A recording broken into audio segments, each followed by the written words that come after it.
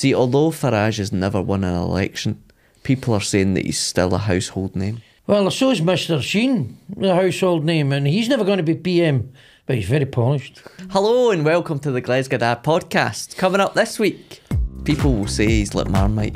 Aye, and the fucker will leave a brown stain. But I think those individuals, and this is me thinking.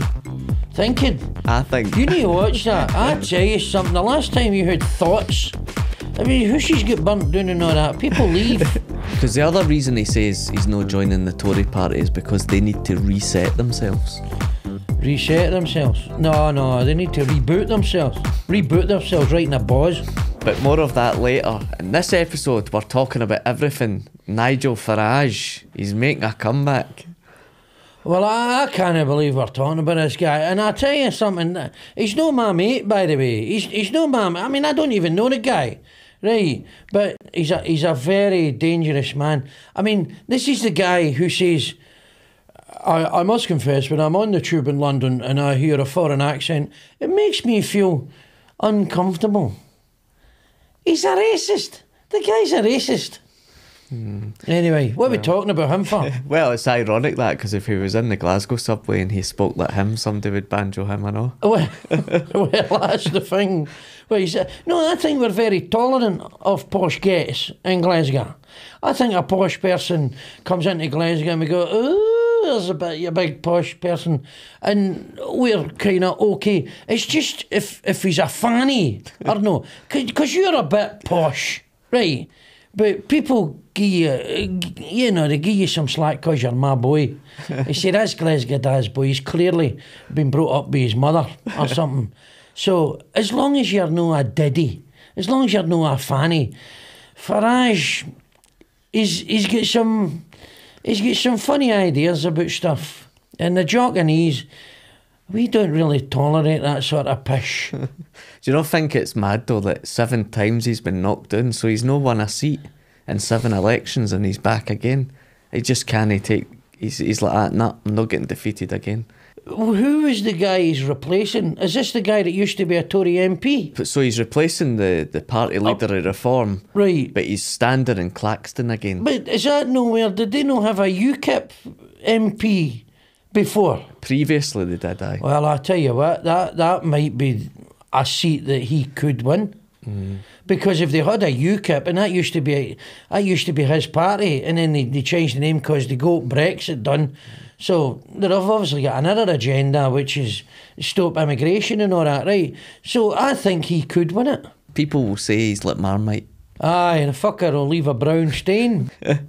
So he went first of all to UKIP, to Brexit party, to Reform. So aye, it's the same party. Aye. It's just a single issue party. They got Brexit done, right? That was what they're fighting for, to go to the European Union. And now, well, fuck knows what they're doing now. I don't know. I think there's every chance he could win it. In Clacton, in Essex. You ever been doing that way? I've actually gigged in Clacton on Sea. It's a seaside town. So I mean, as far as the Tories are concerned, he might take votes off the Tories. I mean, the Tories are already looking as though they're made an arse of it anyway. He's probably going to take some votes off them in the Labour Party. Come right through. Well, secretly the Labour Party will be delighted about it. They'll be delighted he's standing. Well, they're going to win anyway. Look, opposition parties don't win elections, sitting governments lose them. And what's happened is the Tories have made a rip-roaring arse of stuff. They've made an arse of it, robbing everybody blind and giving it to their fucking mates. And the establishment will be getting shafted for years. And what's happened is Labour will come in and they'll just shaft us as well. But this time, maybe they'll lubricate us a wee bit before they shaft us.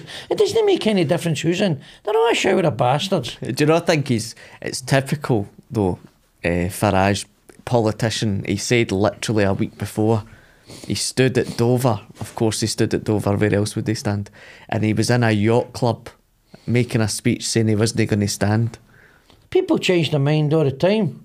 1 minute you're married, 1 minute you're no. That's just what happens. Made perfect sense to me. He's allowed to change his mind. But what amazes me, here's a guy who's never won election to any office, right? Whose party isn't massively relevant in the country, but he's getting all the press. He's getting loads of press. So Labour getting press, Conservatives and the Lib Dems. The Green Party must be fucking pissed off, because that Caroline Lucas, they don't get any press at all. No. They don't get any at all. And they've got an MP, but this reform mob haven't they? Or have they? I don't know. Did some Tories, did they change to reform? I think they did, because we talked about that before. He seems to be like the Paddy McGuinness of UK politics. What does that mean? Well, Paddy McGuinness. Well, he's not done much on the comedy circuit, but he's always on the telly. And he's never done much in politics, but he's always on Question Time. He's always on something. I don't know if I would compare him to Paddy McGuinness. At least Nigel Farage is funny. Sorry, Paddy. But you know what I'm talking about. But the thing is, it's incredible, because he's lost 7 elections. He's not really done much in terms of politics party-wise, but yet he's on everything. That's the way of the world. I mean, it's like you sell more tickets than me at the Fringe, when I'm far funnier than you. But people, it's just people, they don't know their arse for their elbow. They buy shite. But that's just, I think the news people see people like that as compelling, because everybody else are just media-trained, just grey men and women. And at least he seems to tell his version of the truth. So it's more compelling. You see, the news in this country has got nothing to do with news. It's got everything to do with ratings. It's got everything to do with how many people are watching it. So news, this 24 news cycle has become like entertainment. It's like an entertainment channel. You go and you watch the news, and these editors are rubbing their hands when something fucking horrible happens. When something fucking disgusting and unbelievable happens. Like last October when Hamas attacked Israel. Fucking, they're all rubbing their hands. They're going, brilliant. Total 24 news, because it was a horrible thing that happened, and then they're just waiting for the next horrible thing, because you know that we're all going, ooh, look at that, it's fucking horrible, it's horrible. It's pish. It's just all about getting people glued to their tellies. It's about ratings. And especially on like Sky and all that, and all these news channels, it's about subscriptions and advertising. And you think, although he's not won a seat, he had an audience, because if it wasn't for him, I don't think Brexit would have happened, would it? Do you think so? Because he pushed and pushed and pushed for David Cameron to have the vote. Aye, I think he was an instigator. Aye, definitely. I think he stirred up enough discontent with the European Union, and things all started to happen. Like, do you remember the 2010 election where Gordon Brown met that woman in the street, and she says, what's this, all these, I don't know, Romanians and all that coming there? And what he did is, when he went in the motor, he was still mic'd up, and he says, just some bigoted woman. Yep. And he was right. Yep. Right. And then what happened was the news, they made a massive thing of it. And at the end of the day, he went back crawling on his knees, begging her for forgiveness. Fuck her. You tell the truth. She is a fucking bigot. This is a problem. They pander to bigots within the Conservative Party. And then they go to the Brexit vote, and nobody ever believed they would vote for Brexit, but they fucking did. And he doesn't really pander to anybody, Nigel Farage, in terms of... Well, he kind of does. Apart, well, if you're Trump, he does. He's got his audience. Aye. He's got his audience. What do you think then, obviously with Trump in America getting convicted, so maybe he's drawn... Do you think he's pulling back for him now that he's standing for election? No. Who? Farage? No, they're mates. They've called the election, nobody expected it, right, and he's got to fight it, and that's it. But he's still Trump's mate. Him and Trump are best mates, or good mates. And then the fact that Trump has been jailed, well, has been convicted in America, I don't know. I don't think that'll stop him becoming president at all. Will it stop him coming to Clacton not to support Farage? Well, nah, I think he's going to be a bit busy. He's going to be appealing his conviction. And then I think there's a good chance Trump will win again. See, what's happening in America, right? They're all corrupt as fuck, right? All these politicians are as corrupt as fuck. They're all bought and paid for. Now, what happens is, Biden and all his mob and everybody in the political establishment, they've all took campaign contributions off big business, right? And they're told what to do. And the laws get made and lobbyists. And that's the way the world works. Now, Trump's as corrupt as all them, but he's no controllably corrupt. They can't control him. They'll say, Donald, come on in and be corrupt with us. But he's a loose cannon. And that's why he's dangerous to their status quo. Every one of them's fucking rotten to the core.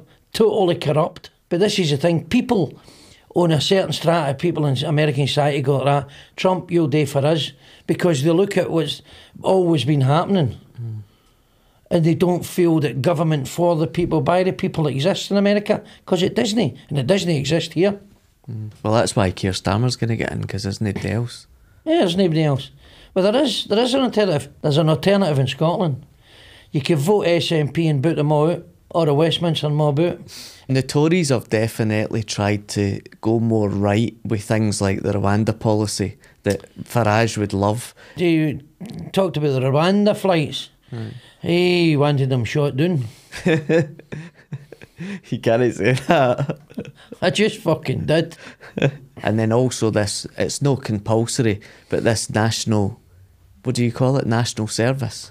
National service. So they're bringing back, the Tories have said they'll bring back a year's national service, or alternatively you can do volunteering as well. Do you honestly think an 18-year-old right now will go into the army or volunteer? Do you honestly believe that?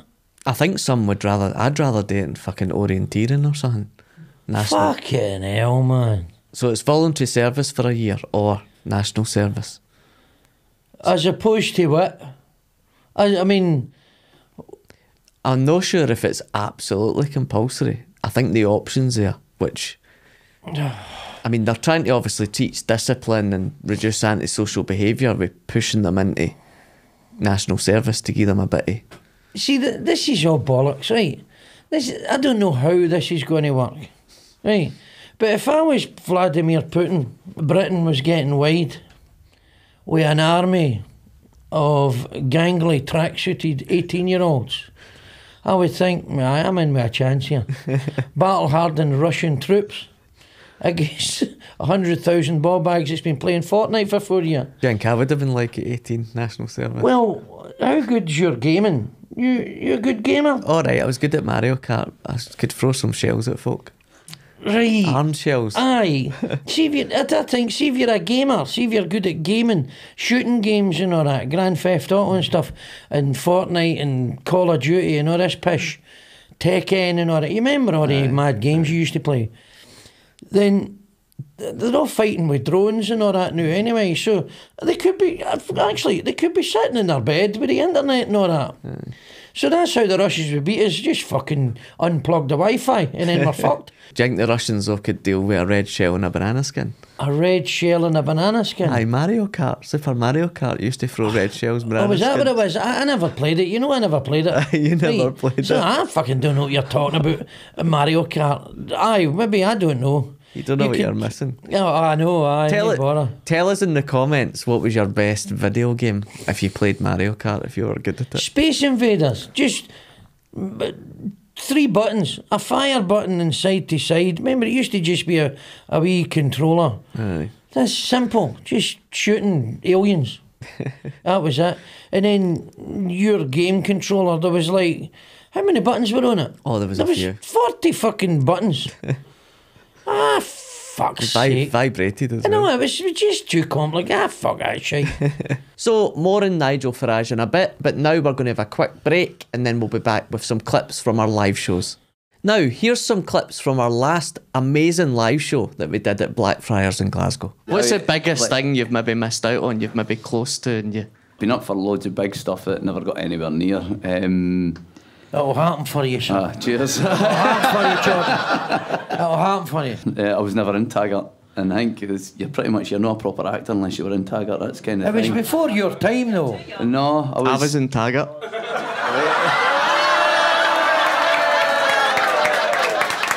Were you?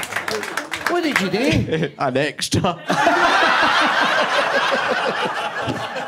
And remember, you can be part of the live show if you visit glesgadad.com or click the bio link in any of our socials for more details. So now, back to everything Nigel Farage. Well, we were talking about national service. I think, and you said it's to try and discipline the youth of the nation, right? No, fair enough. You get them off the glue and the drugs and the bevy and the lighter fuel, horse tranquilizers or whatever. Because you know, I had a look in your medicine cabinet. Fuck me, right? I think it's probably a good thing. When I was young, if you had a job interview, you had to dress nice for it. You had to, like, smartly, like in business attire. A shirt and tie, which is fucking ridiculous, but it's necessary. It's a uniform. You're going, here I am, I'm ready for work. Well, you're just wearing a shirt and tie. Once you get in the job, you're a lazy fucker. Right. So maybe a suit. People turn up to interviews, formal interviews, a pair of sannies, you know, fucking just a pair of trousers, a t-shirt and a fucking face tattoo. I don't know. Now, talking about jobs, as you said that, and dressing and being smart and going out and getting a job. So what's interesting about Nigel Farage picking Clacton is they've got double the amount of inactivity amongst the over 16s. Double the amount of inactivity? Yeah. So to put that in... What's inactivity? So what that means is 45% of people above 16 in Clacton are not economically active. Not economically active. So not currently looking or doing a job. And 1 in 5 people in Clacton have never had a job. So what's the problem with that? Well, that's... Are they happy? Well, no, they're not. Are they bothered? Has anybody asked them how they feel? Well, the problem is well, I don't know, but what I would say is they're not happy in themselves, so that's why. How do you know? Have you met them? I've not met them, but you Maybe they're going, fuck, stick your job up your farter. Maybe they don't want to work. Maybe they just don't give a toss. Maybe they're happy sitting in their arse. Economically inactive. How are you doing? Are you retired? No, I'm inactive. Meaning what? Well, I don't give a fuck. Stick your job right up your farter. Says, who's to say they want a job? Maybe they're doing fine. Everybody wants a job. Everybody does not want a job. That's where you're wrong. Now, most people need a job in this world. You got to accept money's not everything, but this world's pretty shite when you've not got any. So if you've not got any money, you probably should get a job. You can do other things to get money, but you might end up in a jail, right? So you should ideally get a job. But if you're happy living in this world, suiting yourself, doing your own thing, who's to say what that's right or wrong? If it works for you, it works for you. But if you're sitting, obviously folk that have maybe get mental health or disability that can't get a job, which is fair enough. But if you can work, surely you would want to go and get a job. So that you could... Why would you go and get a job working for somebody you fucking despise, doing something that bores the arse off you for most of your waking life for fuck all money? Why would you do that? Why would you go and work somewhere like that? You don't... Just for £10 an hour? How much is the minimum wage? £12 an hour? But you would want to do something, even if it was on your own or start your own thing. Or... Well, get an OnlyFans site and pull your banger. I just think because he's been really clever with Clacton, because it was the second highest vote for Brexit as well. So what was the first highest? It was Boston and Lincolnshire. Boston and Lincolnshire? They were the highest vote for That's Brexit. Weird, eh? But I think those individuals, and this is me thinking.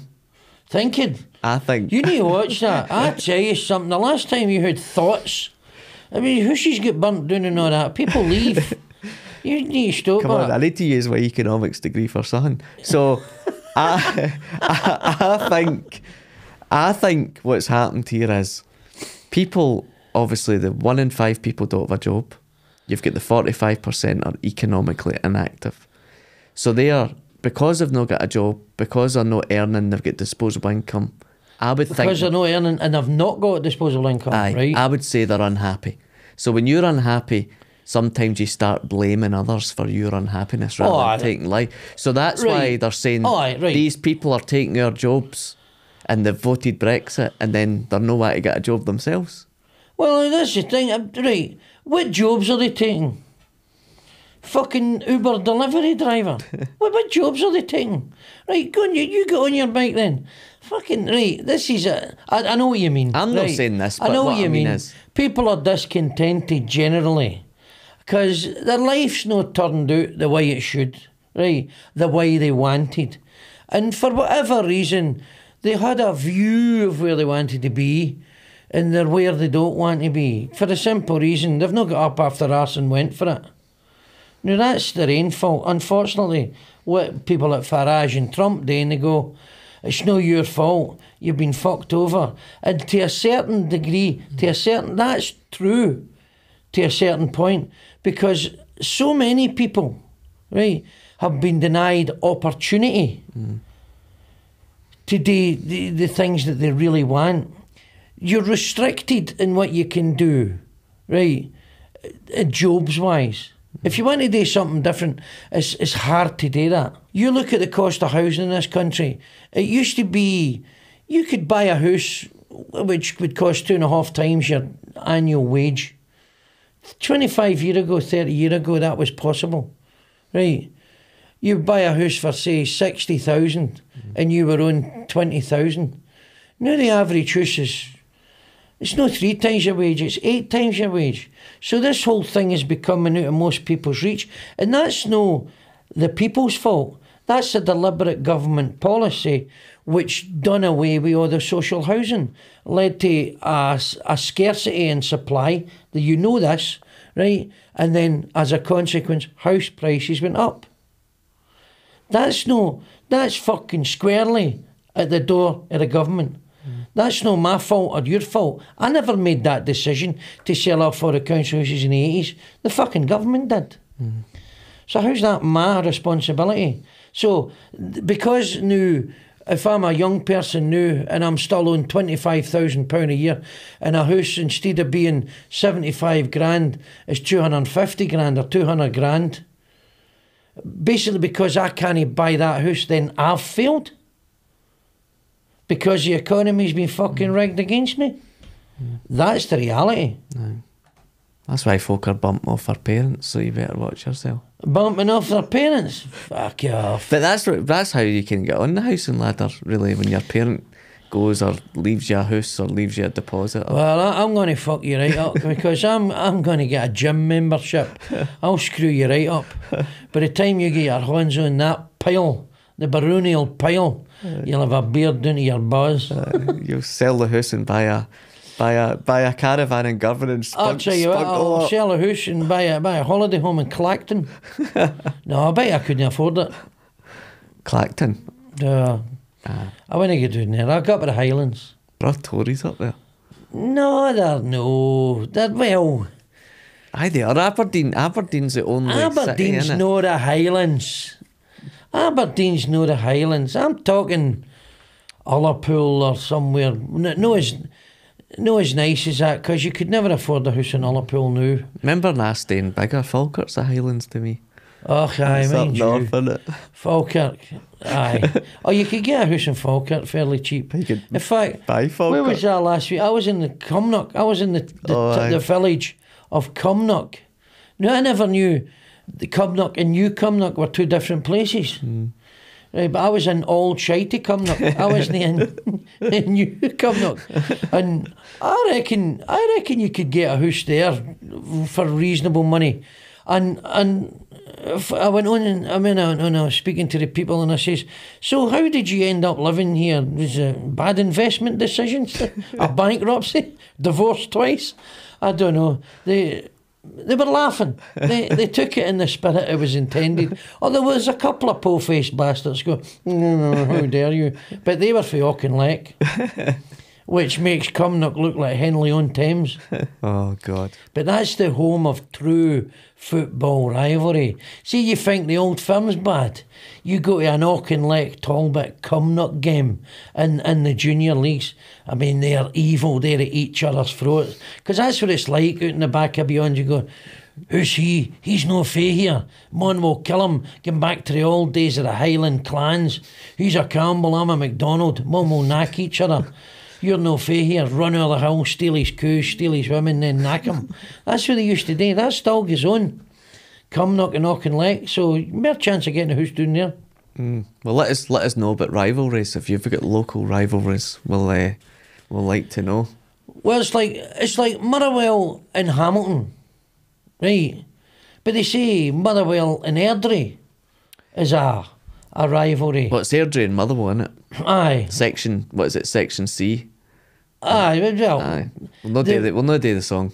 Aye, so it's Motherwell Hamilton, but it's obviously Hamilton and Airdrie.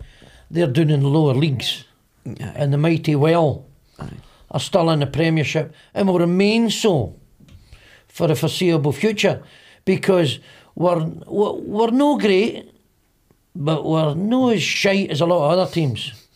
So we're a higher level of shitiness. Just shite, but no shite enough. You know, no completely shite. But we're still a Premiership club. Motherwell are basically Nigel Farage. No. Well, you are. Motherwell is an egalitarian paradise where all are welcome. See, I was going to say people... When you want to give up your bigoted associations and your loyalty to these nefarious organisations, you come to Motherwell and we will welcome you with open arms. Everybody's welcome in Motherwell. See, I was going to say Motherwell's like Farage, because everybody's heard about you, but realistically you've won fuck all. No. Motherwell have won the Scottish Cup twice, the League Championship once, and the League Cup. Champions of Scotland in 1932. Wow. There you go. That's going back. Right. But only 11 teams have been champions of Scotland. And Motherwell's one of them. There's a question for the next Prime Minister. Now they always get these questions. What? And now in like a TV debate, or they're out and about and somebody will ask them a simple question and they get it wrong and it's all in the paper. Somebody should ask Keir Starmer, what are the 11 teams that have won the Scottish Championship or whatever it is? Well, there's only 10 of them still exist. One of there's them only is 10. now defunct. Right. And do you know the one that's defunct? No. Third Lanark Rifles. Right. Okay. Third Lanark. I thought you were going to say Rangers and get us cancelled. No. I'm not going to get involved in any of that pish. Well, cut that. You've got the two Glesga teams and the two Edinburgh teams, Celtic Rangers, Hearts and Hibs. They've been champions of Scotland. The two Dundee teams, Dundee United, they've been champions of Scotland. Then you've got Aberdeen, who've won the championship 4 times. And then you've got Kilmarnock, Motherwell, Dumbarton, Aye. and Third Lanark. So Queen's Park have never won it. Have never been champions of Scotland. They've won the Scottish Cup about 6, I 7 thought they times. were the very in first fact, champions. No. Queen's Park were in the English FA Cup final on more than one occasion, maybe 2 or 3 occasions. Give us a wee note about that. Somebody can check the history. Aye. Somebody please tell him he's rang. That would be nice. No, I'm not rang. I'm no fucking rang. Definitely not. He's never rang. Never rang. I'm never rang. I'm always right because I don't get involved in shite. I can't win. And I certainly don't argue with fools. Right, see, here's the thing. Don't ever get into an argument with a fool, because you can't win. Because you'll never accept your rational, arguments or your reasoning. A fool's a fucking fool. So you're wasting your time. It's like bouncing a ball off a wall. Fucking bang, bang. And don't ever get in an argument with an expert, because he'll fuck you over. So don't get in an argument. Well, just like Nigel Farage, it looks as if I've lost that one.